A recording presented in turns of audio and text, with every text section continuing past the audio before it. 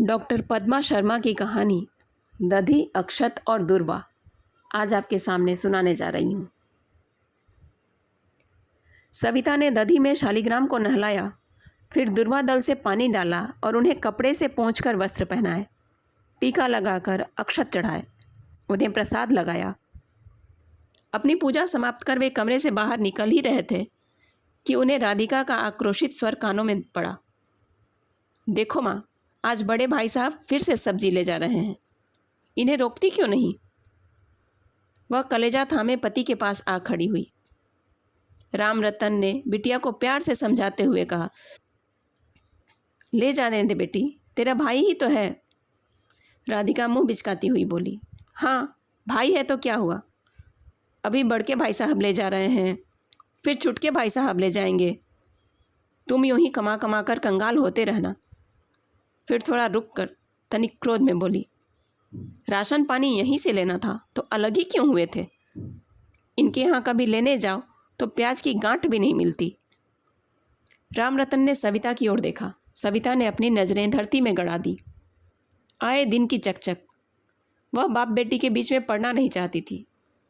राम रतन ने हंसते हुए कहा, अरे बेटी, हिसाब किताब लिखती जा, वो तेरी शादी में पाई पाई ब्याज सहित लगा देगा। अपनी तरफ तारी न देख राधिका सविता की ओर मुड़ गई। माँ भी कम नहीं, नौत आई होंगी बड़के भाई साहब को कि बेटा आज लौकी के कोफ्ते बने हैं, तुझे पसंद है, ले लियो। सविता उत्तर दिए बिना कमरे से बाहर निकल गई। सविता को निशब्द ताकते राम रतन राधिका को समझाते हुए बोले, राधिका, हर एक माँ के लिए पहली संतान बहुत प्यारी होती है। तू अपनी माँ से कुछ मत कहा कर, तू नहीं समझ सकती माँ की। मगर वह बीच में ही खींचते हुए बोली, और सबसे छोटी संतान प्यारी नहीं होती? नहीं, ऐसी बात नहीं है। राम रतन हकला गए, छोटी तो प्राणों से भी प्यारी। वैसे तो माँ को सब बच्चे प्यारे होते हैं, जैसे हम अपने शरीर के सभी अंगों को प्यार करते हैं। एक हिस्से में भी तकलीफ होती है तो बेचैन हो जाते हैं। फिर उसके सिर पर हाथ फेरते हुए बोले, तू अब बड़ी हो गई है, तू कब समझेगी? कल को तेरा ब्याह होगा, ऐसे ही लड़ती झगड़ती रही तो लड़ने की आदत पड़ जाएगी। राधिका समझ गई कि पिताजी लीपापोती करने में लगे हैं। वह पैर पटकती बड़बड़ाती हुई कमरे से बाहर चली गई। मेरा क्या है, भुगतना आप सब, पूरे घर को खिलाते रहो और महीने के आखिरी में हाथ मलते रहना। दिल में हुक उठ रही थी सविता के। राधिका अपनी जगह सही थी, कुछ गलत भी तो नहीं कहती, लेकिन एक माँ का स्नेह अपने अपने बेटे से कैसे मुख मोड़े? बड़कू तो उसे प्राण से भी प्यारा, सबसे पहले उसने ही तो माँ होने का एहसास कराया।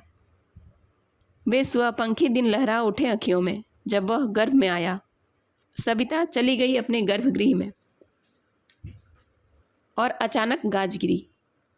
अखबार में छपी खबर कि अज्ञात भारी वाहन ने मोटरसाइकिल सवार को कुचला। घर में खलबली मच गई। खबर के साथ ही वह ससुराल वालों के लिए मनहूस हो गई थी। उन लोगों को उसकी संतान से और उससे कोई मतलब नहीं रह गया था। तब भाई को एक नई चिंता ने दबोच लिया कि कैसे उसका जल्द से जल्द पुनर्विवाह कर दिया जाए, ताकि सविता 2 माह के गर्भ से थी। राम रतन सविता के बड़े भाई के खास दोस्तों में से थे। उन्हें जब यह बात मालूम हुई तो वे सहृदयतापूर्वक इस शादी के लिए राजी हो गए। बस थोड़ी सी हिचक थी कि उनकी माँ को गर्भ वाली बात नहीं बताई जाए। बड़का इस पुनर्विवाह के 7 माह बाद पैदा हुआ। सासू माँ ने अचरज से कहा कि यह तो समय से पहले ही पैदा हो गया, सो पूरे मोहल्ले में वह सतमासा जन्मा ही जाना जाने लगा था।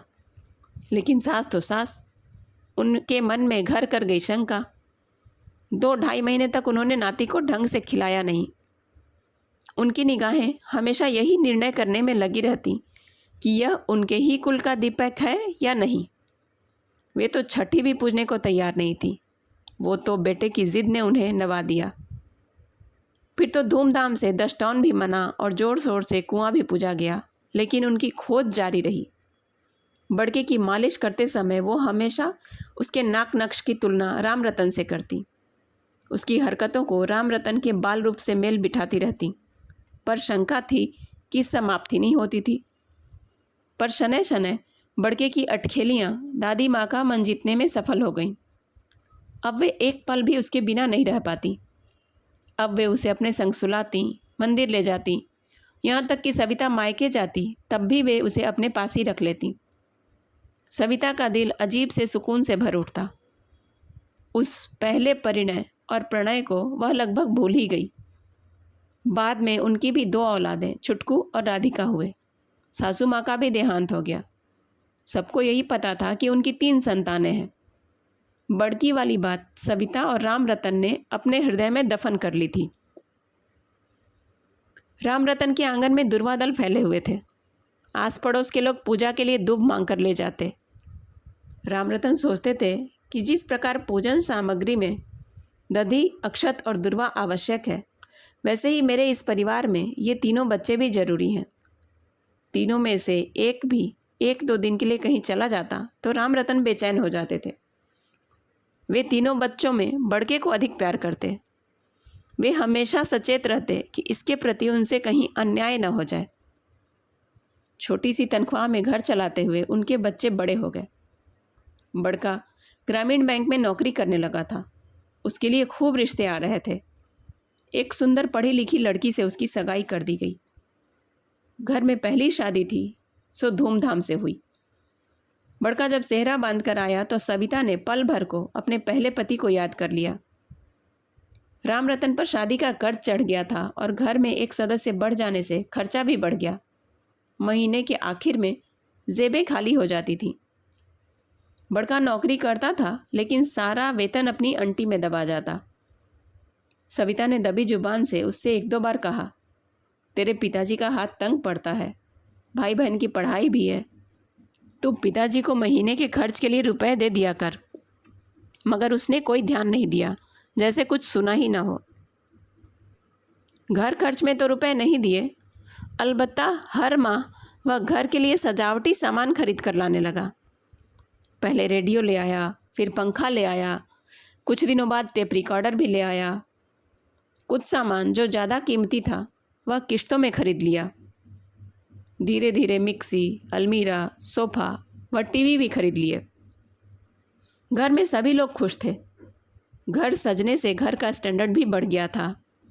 राम रतन बेहद खुश थे। मगर सविता को यह सब अजीब लग रहा था कि कर्ज की उसे परवाह नहीं थी, जैसे वह बाप की जिम्मेदारी। इस पर भी बड़के द्वारा खरीदे गए सामान पर बहू का एकाधिकार होने लगा था। सविता तो गुड़ भरा हंसिया, लेकिन राधिका और छुटकू कहाँ मानने वाले थे।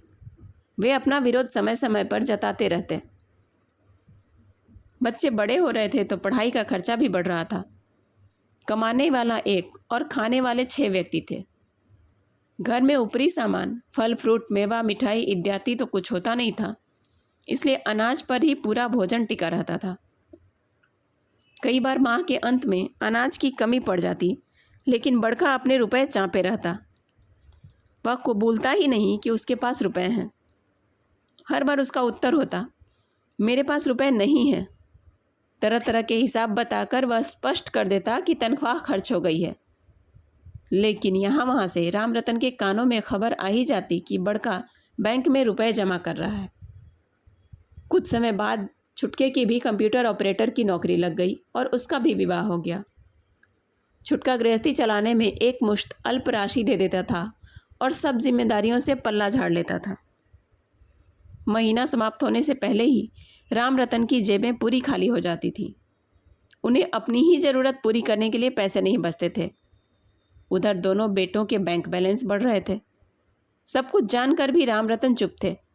संयुक्त परिवार जो चल रहा था, बेटे आंखों के सामने थे। बड़के को तो वो किसी भी कीमत पर अपने से अलग नहीं कर सकते थे।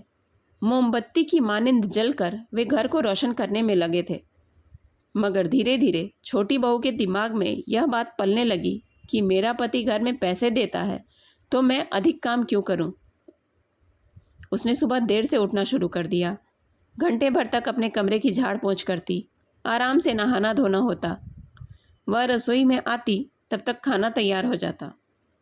फिर उसकी देखा देखी बड़ी बहू भी होड़ करने लगी। आखिर माउंट आबू के दिलबाड़ा मंदिर में देवरानी जेठानी के मंदिर भी तो होड़ के प्रतीक हैं, सो बड़ी बहू भी काम से जी चुराने लगी। तब मजबूरी में दोनों बहुओं के बीच काम का बंटवारा कर दिया गया। सविता को दोनों के साथ खटना पड़ता था।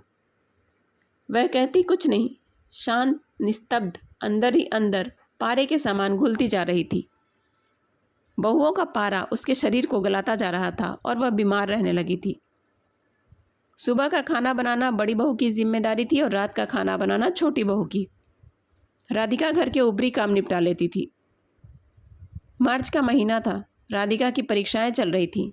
छुटके और बहू किसी परिचित को देखने अस्पताल चले गए। कुछ देर तक तो उनके लौटने की प्रतीक्षा हुई। जब वे लोग नहीं आए तो बड़ी बहू और सविता ने मिलकर खाना बनाया। बड़ी बहू की भवें तनी हुई थी। वह बड़बड़ाती जा रही थी, ये भी कोई समय है अस्पताल जाने का? गए भी तो इतना टाइम लगता है क्या? गए होंगे कहीं और घूमने। हैं तो सही घर में नौकर काम करने वाले, उन्हें काहे की फिक्र। फिर सविता की ओर देखते हुए बोली, देखो मम्मी जी, मैंने आज दोनों टाइम का खाना बना लिया है, कल उससे दोनों टाइम का खाना बनवाना। राम रतन और सविता चिंता में थे कि वे लोग अब तक लौटे क्यों नहीं हैं। एक पत्ता भी खड़कता तो राम रतन के कान खड़े हो जाते। जब तक दोनों बेटे घर नहीं लौट आते थे, राम रतन खाना नहीं खाते थे। वे बड़े शौक से दोनों बेटों के साथ बैठकर खाना खाते थे। राधिका भी जल्दी खाना खा लेती, फिर वह माँ और भाभियों को खाना खिलाती थी। देर रात गए छुटकू और बहू वापस आए। राम रतन बेटे बहुओं से प्रत्यक्ष कभी कोई बात नहीं करते थे। वे हमेशा पर्दे की मर्यादा बनाए रखते थे। जब भी कभी ऐसे मौके आते, सविता ही सेतु का काम करती थी। राम रतन के मनोभाव समझते ही सविता ने छुटके से चिंतित स्वर में पूछा, बेटा इतनी देर कहाँ कर दी? हम सब चिंता कर रहे थे। छुटके ने आव देखा ना ताओ तुरंत कह दिया है, माँ अब हम बड़े हो गए हैं, अब हमारी चिंता नहीं किया करो।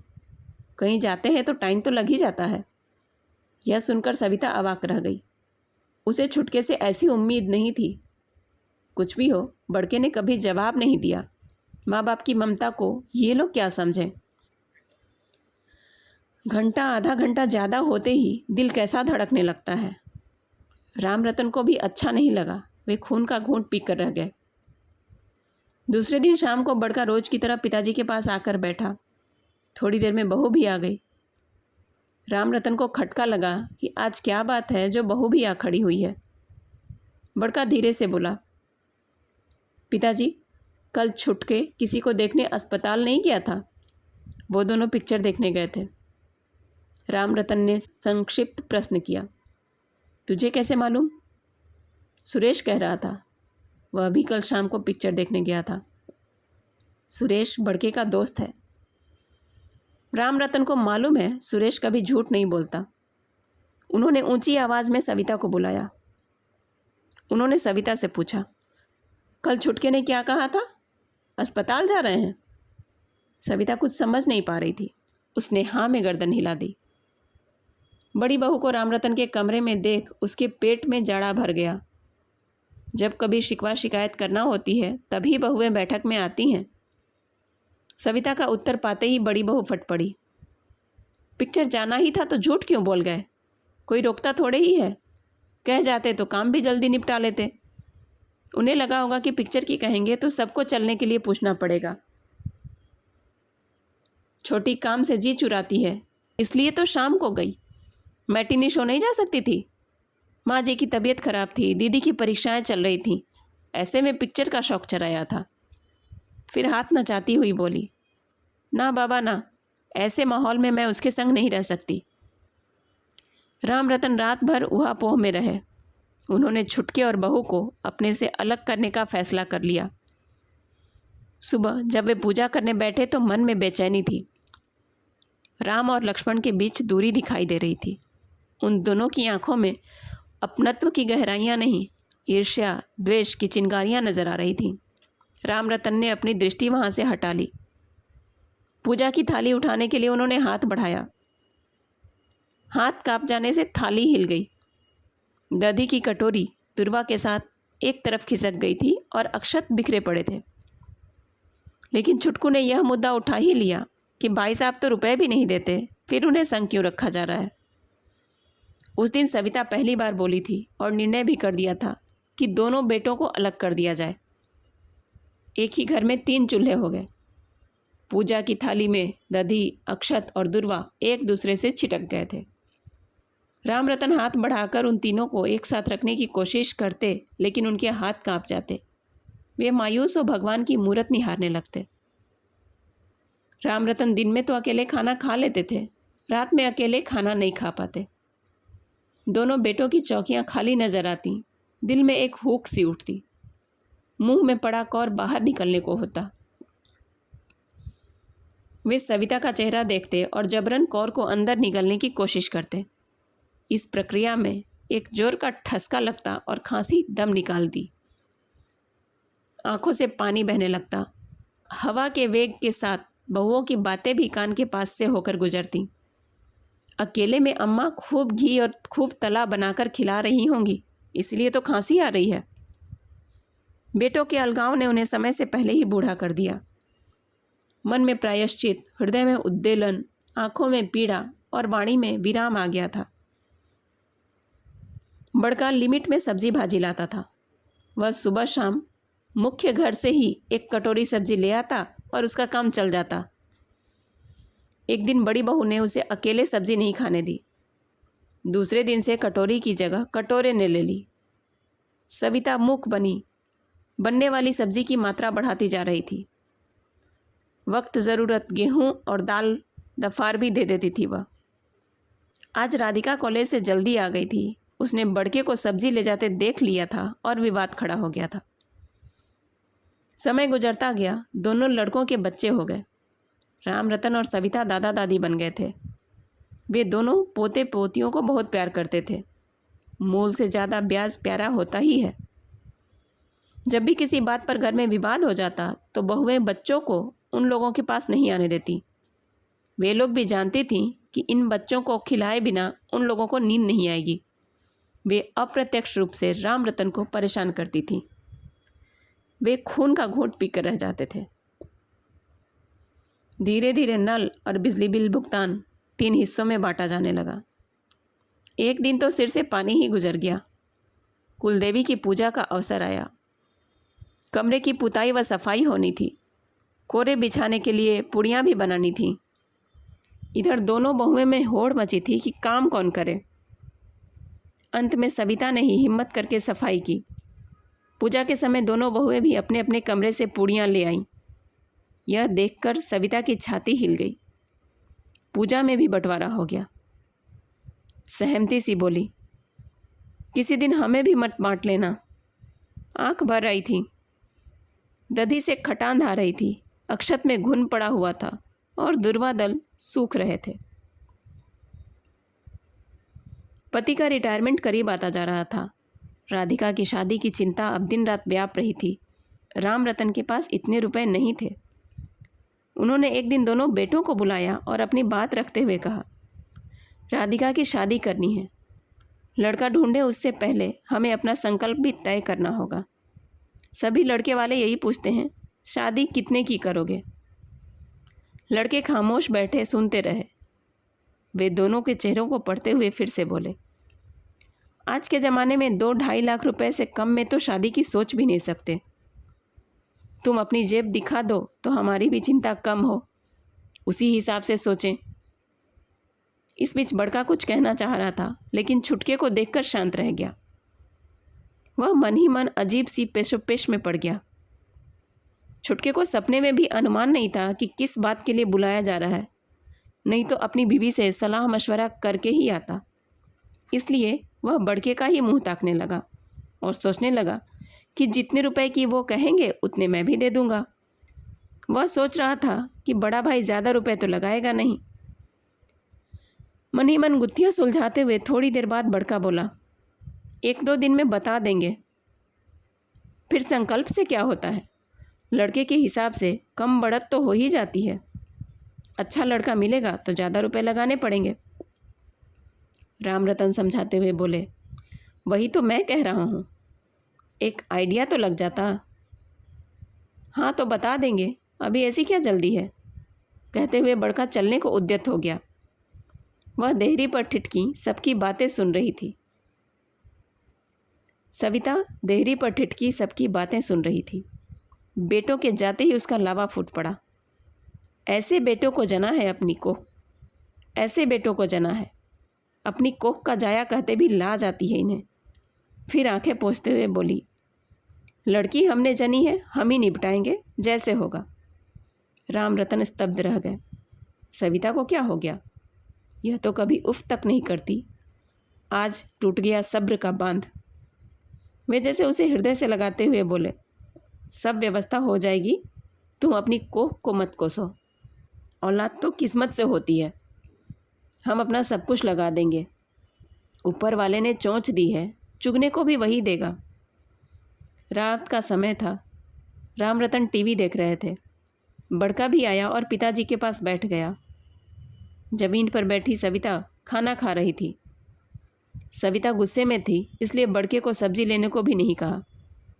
राम रतन ने कनखियों से बड़के को देखा और ताड़ लिया कि वह कुछ कहना चाह रहा है, लेकिन सूत्र नहीं ढूंढ पा रहा। राम रतन ने ही पहल करते हुए कहा, और बेटा, ऑफिस में सब ठीक ठाक चल रहा है? उसने माँ की ओर दृष्टि फेंकते हुए संक्षिप्त उत्तर दिया, कुछ देर शांति छाई रही। वह कुछ कहना चाह रहा था। उसने कहने के लिए मुंह खोला, तब तक बड़ी बहू भी दरवाजे के पास आकर खड़ी हो गई। वह शांत हो गया। मन महसूस कर उसने एक नज़र पिताजी पर डाली और पत्नी की ओर देखने लगा। पत्नी ने उसे आंख मटकाकर इशारा किया। बड़के ने पहल करते हुए कहा, पिताजी, हम दोनों ने विचार कर लिया है कि हम 5,000 रुपये लगा देंगे।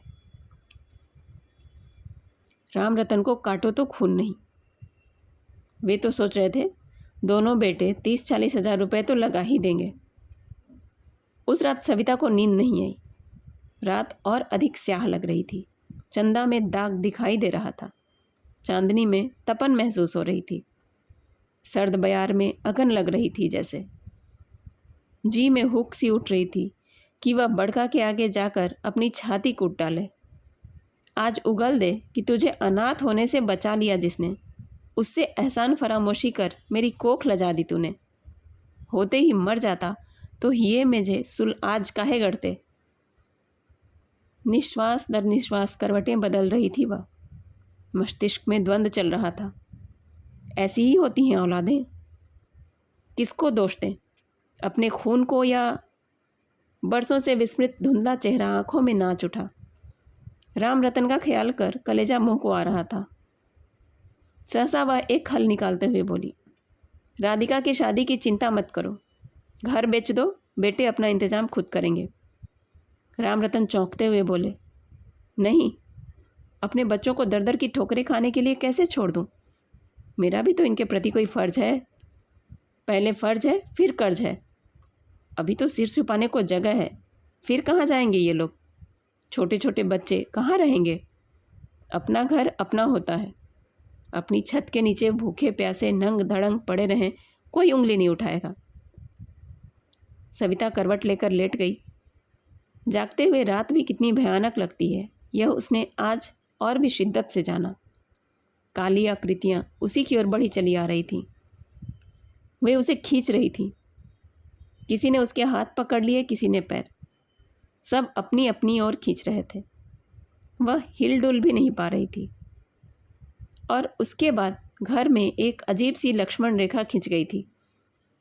सब साथ रहते हुए भी कोसों दूर थे। बड़के का सब्जी ले जाना बंद हो गया था। पहले रोज़ रात को 10-10 मिनट दोनों बेटे राम रतन के पास बैठ जाया करते थे, वह भी बंद हो गया। सब ताल के पानी की तरह शांत मूक थे। कोढ़ लगे हिस्से की तरह बिना एहसास के, एनेस्थीसिया के, नशे में लिप्त, बेहोश। अचानक रात में बड़ी बहू के पेट में दर्द होने लगा। उसे रात में ही अस्पताल में एडमिट करा दिया गया। डॉक्टर ने बताया अपेंडिक्स का दर्द है, जल्दी ही ऑपरेशन करना पड़ेगा। अधिक से अधिक 1 सप्ताह तक रुका जा सकता है। राम रतन ने चुपचाप जीपीएफ के लिए अप्लाई कर दिया। 4-5 दिन बाद राम रतन ने बड़के से पूछा, डॉक्टर से बात हुई? ऑपरेशन कब होगा? बड़के ने कहा, अभी पैसों का इंतज़ाम नहीं हुआ है। रामरतन ने ठंडी सांस भरकर कहा, मैं दूंगा रुपए, कल ऑपरेशन के लिए बात कर लो। ऑपरेशन होने के बाद बड़ी बहू सकुशल घर आ गई। छोटी बहू पड़ोसियों की तरह उसे देखने आई। 1 माह तक सविता ने ही उसकी सेवा की और बच्चों को संभाला।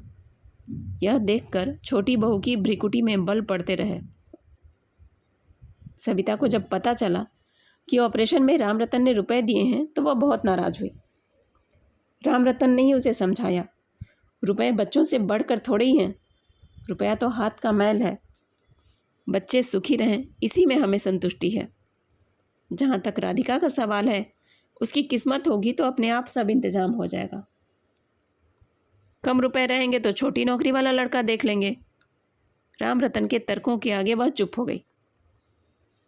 कुछ दिनों बाद राधिका के लिए अच्छा लड़का मिल गया और सगाई पक्की हो गई। विवाह के 2 मुहूर्त निकले, एक फरवरी का और दूसरा अप्रैल का। बड़का जिद पर था कि शादी अप्रैल में हो। उसका तर्क था कि अप्रैल में सबकी परीक्षाएं निबट जाएंगी। आखिर बड़के की ही बात मानी गई। शादी की तैयारियां जोरों पर थीं। शादी में दोनों बेटों ने बहुओं की इच्छा अनुसार 5-5 हजार रुपये व्यवहार में लिखवा दिए। पैर पखारने व अन्य नेगों के समय पिताजी से ही रुपये लिए गए ताकि राशि 5,000 से अधिक न हो पाए। राधिका के जाने के बाद घर सूना हो गया था। सविता और रामरतन बहुत दुखी थे। वह रहती तो घर में चहल पहल बनी रहती थी। बहू बेटे उनके कब थे, वे अपने अपने कमरों के थे। रामरतन को कई लोगों को रुपया देना था, उन्हें हिसाब में लगना पड़ा। शाम का समय था। सविता और रामरतन टीवी देखकर अपने मन को बहला रहे थे। अचानक बड़के का दोस्त सुरेश आया। वह उन लोगों के पास ही चारपाई पर बैठ गया। अपनी जेब से एक चेक निकाला और रामरतन की ओर बढ़ाते हुए बोला, 40,000 का चेक बड़के ने आपके लिए पहुंचाया है। उसकी हिम्मत नहीं हो रही थी आपको देने की। रामरतन प्रश्नवाचक निगाहों से उसे देखने लगे। वह फिर बोला, जब से उसने कमाना शुरू किया है वह राधिका के नाम रुपए जमा कर रहा था। उसे मालूम था कि आपका हाथ खर्चीला है, घर में जितना रुपया आएगा वह खर्च हो जाएगा। इसलिए वह अपनी बीवी से छिपाकर हर महीने एफडी करता रहा। बहू के ऑपरेशन के समय भी उसने एफडी नहीं तोड़वाई। उसका कहना था कि वो पैसा राधिका का है, उसमें से 1 रुपया भी वह खर्च नहीं करेगा। उसने कई बार आपको बताने की कोशिश की कि वह 40,000 रुपये दे देगा, लेकिन यह सोचकर शांत रह जाता कि देने से पहले ही घर में विस्फोट न हो जाए। आज ही इसका समय पूरा हुआ है, इसलिए वह अप्रैल में शादी करने की जिद कर रहा था। रामरतन की आंखों से आंसू ढुलक कर हाथ पर आ गिरे। उनमें कलुष था, पश्चाताप था, खुशी थी, या फिर बेटे को न पहचान पाने का दुख, यह वो भी नहीं समझ पाए। मगर यह सब सुनकर सविता की छाती चौड़ी हो गई। उसने सिर से सरक आए अपने पल्ले को गर्व से अपने सिर पर डाला और एक लंबी सांस खींची। वह बुदबुदा उठी, बेटा, आज तुमने अपना फर्ज निभा दिया। बड़का के स्वर्गवासी पिता का धुंधला चेहरा अचानक बिजली सा कौंध उठा। उसने आंगन की ओर देखा। दूधिया निश्चल चांदनी में दुर्वादल हरा भरा सा स्निग्ध चंचल वायु वेग में लहराता झूम रहा था। आज उसे अपनी कोख पर अभिमान हो रहा था। कहानी आपको कैसी लगी कमेंट करके ज़रूर बताइएगा।